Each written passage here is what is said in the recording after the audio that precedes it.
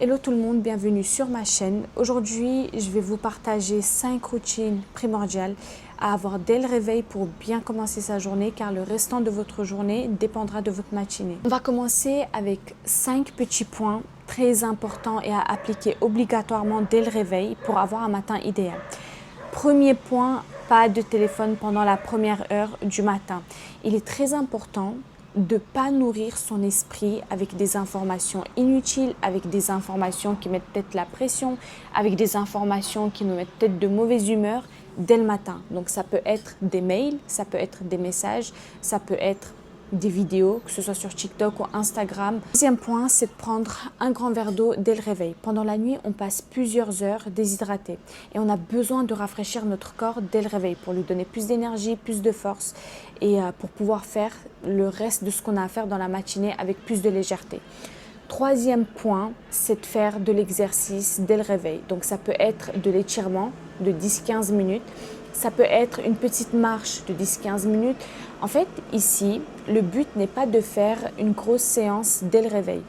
Vous n'êtes pas obligé de faire votre séance de sport dès le réveil. Ici, le but est simplement de bouger un petit peu dès le réveil pour alerter votre corps et votre esprit que vous êtes réveillé, pour le préparer à se mettre en marche. Et avec un peu de pratique, cette méthode va vous permettre d'être de moins en moins fatigué dès le réveil et d'avoir un peu plus de peps pour faire ce que vous avez à faire. Quatrième point, c'est d'avoir 10 minutes de calme dans la matinée. Ces 10 minutes, ce sont les 10 minutes les plus courtes de votre journée, mais ce sont aussi les 10 minutes les plus importantes de votre journée.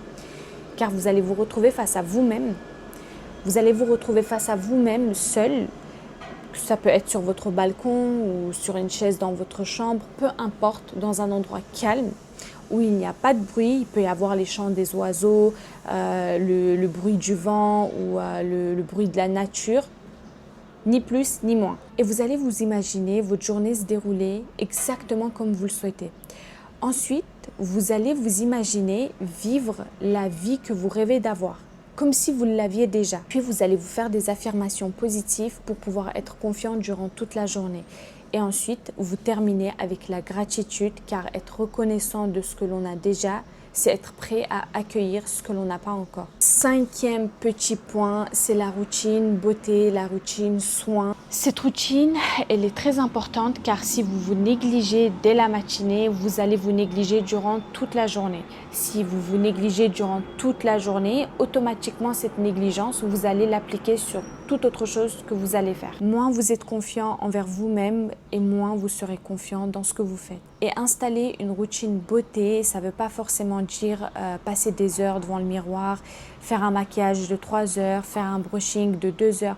Non, il suffit simplement d'être propre, de sentir bon, d'être habillé avec des vêtements propres. Et ce simple petit geste va vous permettre de vous sentir bien dans votre tenue, dans votre corps. Vous allez vous sentir propre, vous allez vous sentir léger, vous allez vous sentir confiant durant toute la journée. Et cette confiance, automatiquement, vous allez l'appliquer également dans ce que vous faites dans la journée. En fait, le fait d'être propre, de sentir bon, de se sentir léger, d'être bien habillé, va vous mettre de bonne humeur. Et quand vous êtes de bonne humeur, vous faites tout ce que vous faites avec la joie de le faire.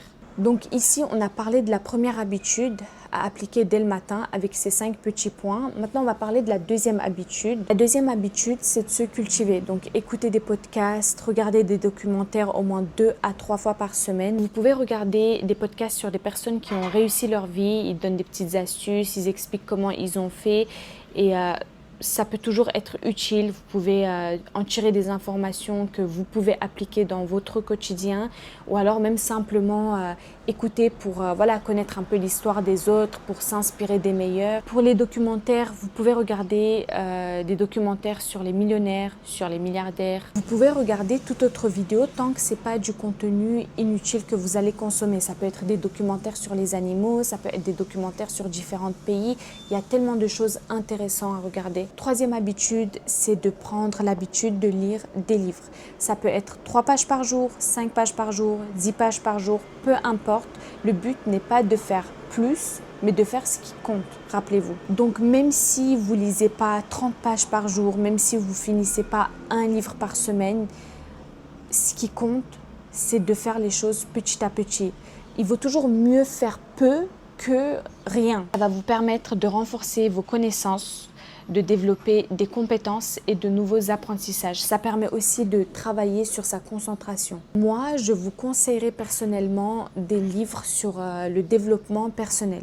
Après, vous pouvez lire tout autre livre, donc ça peut être des romans, ça peut être, je ne sais pas, des livres historiques, peu importe. Quatrième point très important, c'est de ne pas commencer sa journée avant de l'avoir finie sur papier.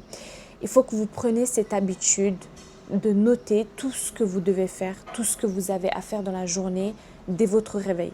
Donc dans la matinée, vous prenez 5 à 10 petites minutes pour noter tout ce que vous voulez accomplir dans la journée. Ça peut être par rapport au sport, ça peut être par rapport au travail, ça peut être par rapport à vous-même, prendre soin de vous. Cette étape, elle est très importante et primordiale parce que ça va vous permettre d'être organisé et d'être productif.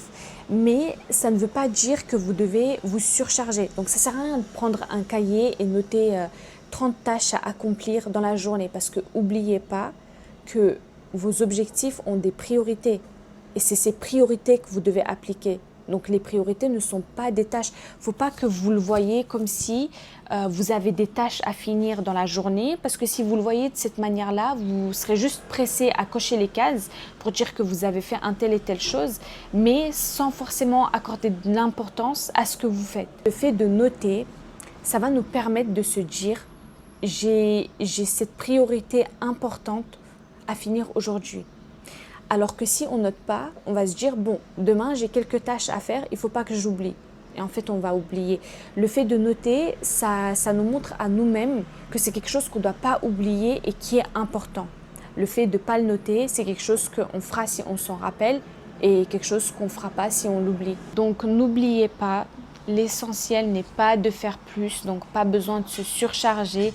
Ici, le plus important, c'est de faire ce qui compte et pas plus. Cinquième et dernier point, très important, routine, très importante, c'est c'est tout aussi important pour le matin que pour le restant de la journée, c'est de fuir la négativité des autres. Déjà, il faut fuir sa propre négativité, donc alors celle des autres, j'en parle même pas. Quand vous acceptez la négativité des autres, vous nourrissez votre esprit de plein de choses mauvaises qui ne vous concernent même pas. Si vos amis, votre entourage, votre petit ami, que ce soit un copain, une copine, sont trop négatifs, alors arrêtez de les fréquenter. C'est la meilleure décision que vous puissiez prendre pour vous-même. Si quelque chose ou quelqu'un étouffe trop votre paix ou votre calme, débarrassez-vous-en. Peu importe ce que c'est et peu importe qui c'est. Vous avez besoin de toute cette énergie pour la consacrer aux efforts que vous allez faire pour construire votre vie.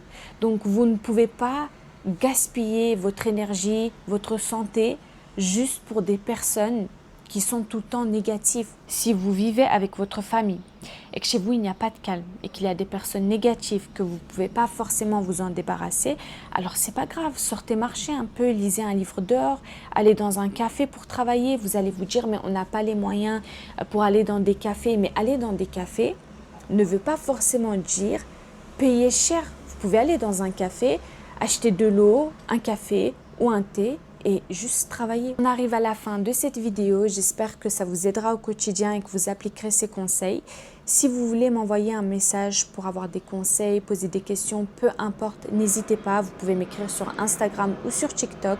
N'hésitez pas à me suivre sur les réseaux sociaux que je vais mettre en description. Et bien évidemment, n'hésitez pas à me suivre sur YouTube également.